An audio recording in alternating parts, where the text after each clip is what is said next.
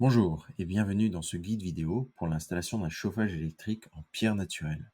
Suivez ces étapes simples pour une installation réussie.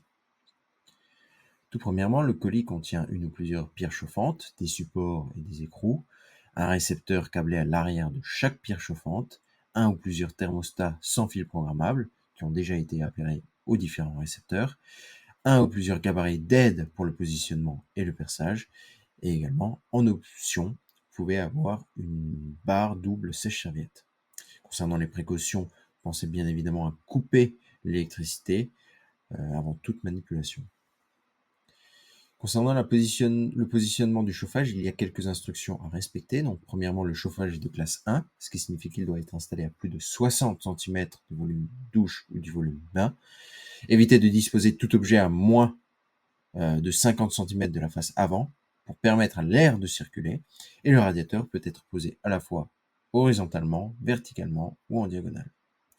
Alors vous allez placer le gabarit à l'aide de scotch papier au mur, et ensuite vous allez vérifier également l'alignement des points de perçage avec un laser ou un niveau afin d'être sûr que les points de perçage soient effectués de manière perpendiculaire au sol. Et enfin, vous allez marquer le mur à l'aide d'une pointe ou d'un stylo pour effectuer les trous de fixation. Alors, un point très important à prendre en compte, c'est qu'il existe un décalage de 4 cm entre le gabarit et la position finale du radiateur en raison du support en V. Ce qui signifie que le radiateur sera décalé de 4 cm vers le bas par rapport à la position du gabarit. Concernant l'installation des supports, vous allez bien évidemment percer au mur, enfoncer les chevilles et visser les supports. Dans notre cas, nous avions un mur en briques, donc nous avons percé à 8 mm et utilisé des chevilles des vis M6 à tête plate. Donc n'hésitez pas à nous demander conseil si vous ne savez pas quel type de visserie utiliser pour votre mur. Ensuite, nous allons préparer également l'accroche pour le récepteur. Donc le récepteur du chauffage en pierre se fixe en bas, à l'arrière du radiateur, tout en gardant le bouton accessible à la manipulation. Donc vous allez percer deux trous et utiliser des chevilles de 5 à 6 mm qui viendront accueillir les vis de fixation du récepteur. Donc ensuite, nous allons préparer donc le radiateur pour le mettre en position finale. Donc vous allez enclencher les écrous, juste les enclencher sur les tiges filetées à l'arrière du chauffage.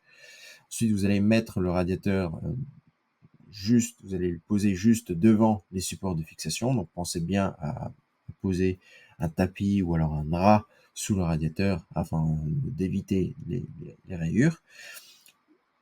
Et ici, vous allez donc fixer, une fois que le radiateur est devant le mur qui accueille les supports, vous allez fixer le récepteur au mur.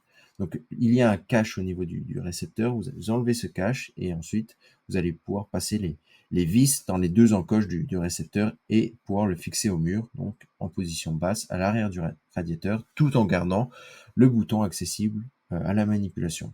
Et ensuite, une fois que le récepteur est fixé au mur, vous allez également connecter le chauffage à l'alimentation électrique. Et ensuite, vous allez bien évidemment enclencher le chauffage dans les supports en V.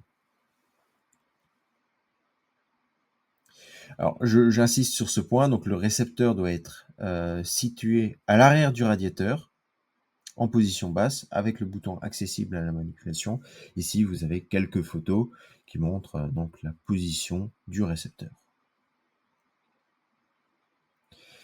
Concernant quelques instructions de vérification, donc vous effectuez bien évidemment un test. Vous allez régler une température de consigne plus élevée que la température ambiante et vous allez vous assurer donc du bon fonctionnement du chauffage. Ensuite, une fois que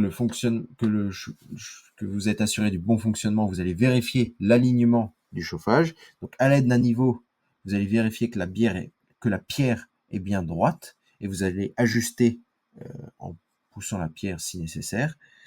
Et ensuite, vous allez bien évidemment serrer de manière définitive les écrous à l'aide d'une clé de 13. Alors, j'insiste sur ce point, il est inutile de serrer trop fort les écrous. Il faut serrer les écrous à l'arrière de la pierre chauffante de manière modérée pour éviter de créer des contraintes mécaniques. Donc serrez bien de manière modérée les écrous à l'arrière de la pierre.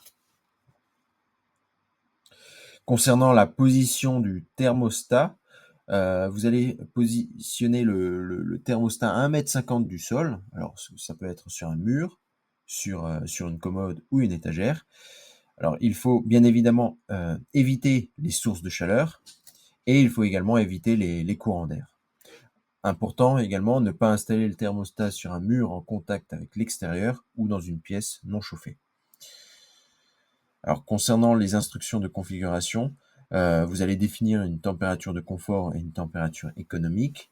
Et ensuite, vous allez vous rendre dans l'onglet programmation pour configurer l'heure, la date et également les plages de chauffage économique et les plages de chauffage confort. Alors attention, le thermostat est déjà appairé au récepteur par nos soins, donc vous n'avez plus à effectuer cette manipulation. L'installation est désormais finie. N'hésitez pas à nous contacter si vous avez besoin d'assistance, si vous avez besoin d'aide. Je pense notamment à la manière dont vous allez fixer les supports de fixation à votre mur. Donc nous avons de l'expérience sur ce sujet. Vous pouvez nous consulter et nous vous préconiserons donc la visserie adéquate. N'hésitez pas à nous contacter au 03 67 76 94 03 ou alors par mail à contact@chaleur-naturel.fr. Je vous remercie pour votre attention.